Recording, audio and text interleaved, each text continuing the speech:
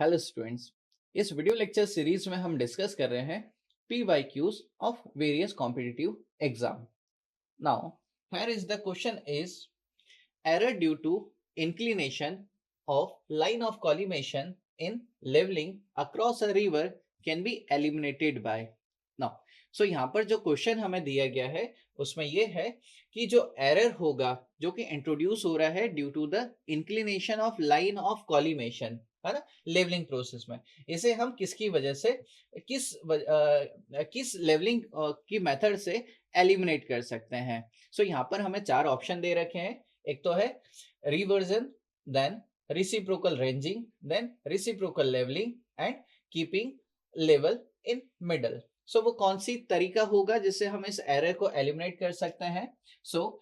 इस एरर को हम एलिमिनेट कर सकते हैं with the help of the reciprocal levelling. So reciprocal levelling basically हमारे जो एरर्स हैं वो एलिमिनेट कर देती है। एक तो error due to refraction, error due to curvature and imperfection in the line of collimation, यानी कि इस एरर को एलिमिनेट किया जा सकता है with the help of the reciprocal levelling. So option C is the correct answer for this question. Now let's move on the next question. Here is the next question is an object on the top of the hill 100-meter high is just visible above the horizon from a station at sea level. The distance between the station and the object is now। So जो question है basically इसे solve किया जा सकता है through the concept of the combined correction. Now so इसे हम determine कर सकते हैं। सो कंबाइंड करेक्शन होता है 0.0673 डी स्क्वायर, ठीक है। सो यहाँ पर हमें डी को डिटरमाइन करना है, तो डी यहाँ पर हो जाएगा that is the C divide by 0.0673। So इसका स्क्वायर रूट हो जाएगा। क्वेश्चन में अपन को दे रखा है कि जो हाइट है ऑब्जेक्ट की वो कितनी है 100 मीटर, तो ये हो जाएगा 100 डिवाइड बाय 0.0673, इसका स्क्वायर रूट हो जाएगा। सो फाइनली जब इसे हम लोग सॉल्व करेंगे वैल्यू निकल के आता है that is the 38.53 metre.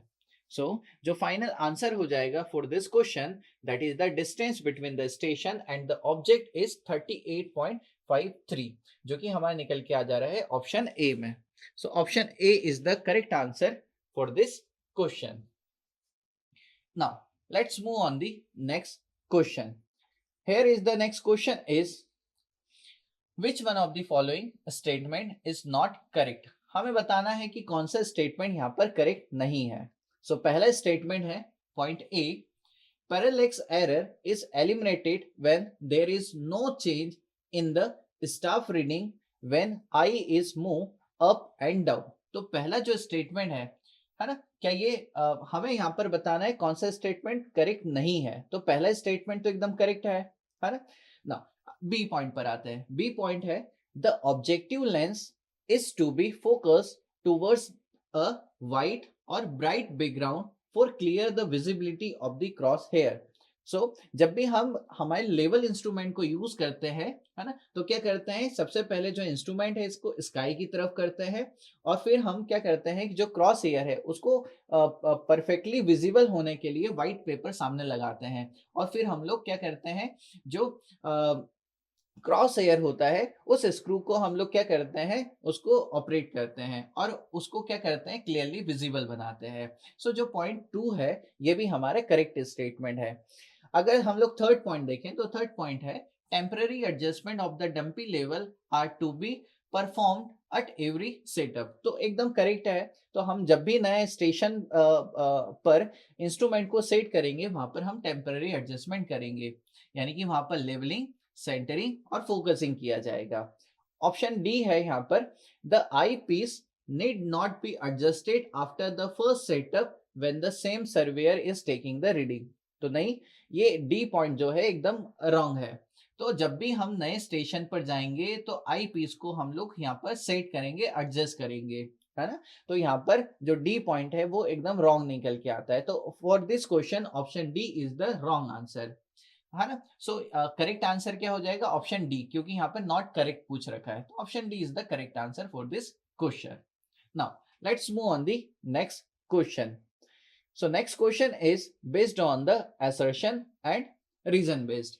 So here is the question is reciprocal assertion है हमारा, reciprocal leveling is adopted to decide the precise difference of level between 2 points at a considerable distance apart.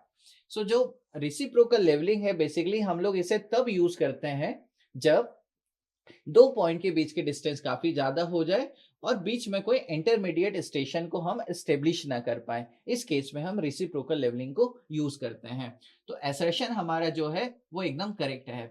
अब बात करते हैं रीजन की। Reason है reciprocal levelling eliminates the error due to the curvature, refraction and line of collimation not being perfectly parallel to the bubble line.